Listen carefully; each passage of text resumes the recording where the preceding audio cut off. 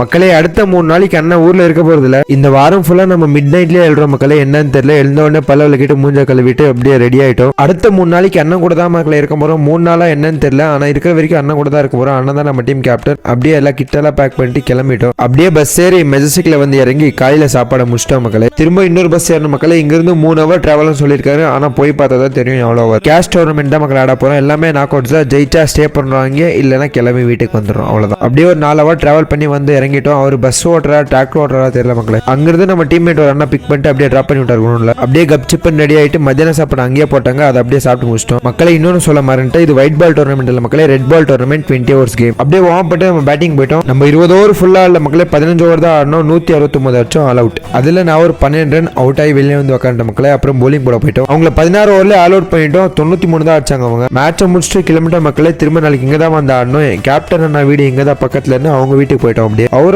தோட்டத்துக்கு கூட்டிட்டு போய் எவ்வளவு இளநீர் வேணா குடிங்க அப்படின்னு சொல்லிட்டாரு. காசு கொடுத்து நம்ம 2 இளநீர் கொடுப்போம். சும்மா அண்ணா விடுவோமா? அப்படியே ஒரு 4-5 இளநீர் குடிச்சிட்டு அப்படியே சாப்பிட்ட கிளம்பி ஹோட்டலுக்கு வந்த மக்களே. என்னதான் தாபானாலும் நியாயம் வேணும் இல்ல மக்களே. ஆர்டர் பண்ணி 1.5 வால் கழிச்சு எடுத்துன்னு வந்தாரு. அப்படியே சாப்பிட்டு முடிச்சுட்டு கொஞ்ச நேரம் பேசிட்டு அப்படியே கிளம்பிட்ட மக்களை வீட்டுக்கு.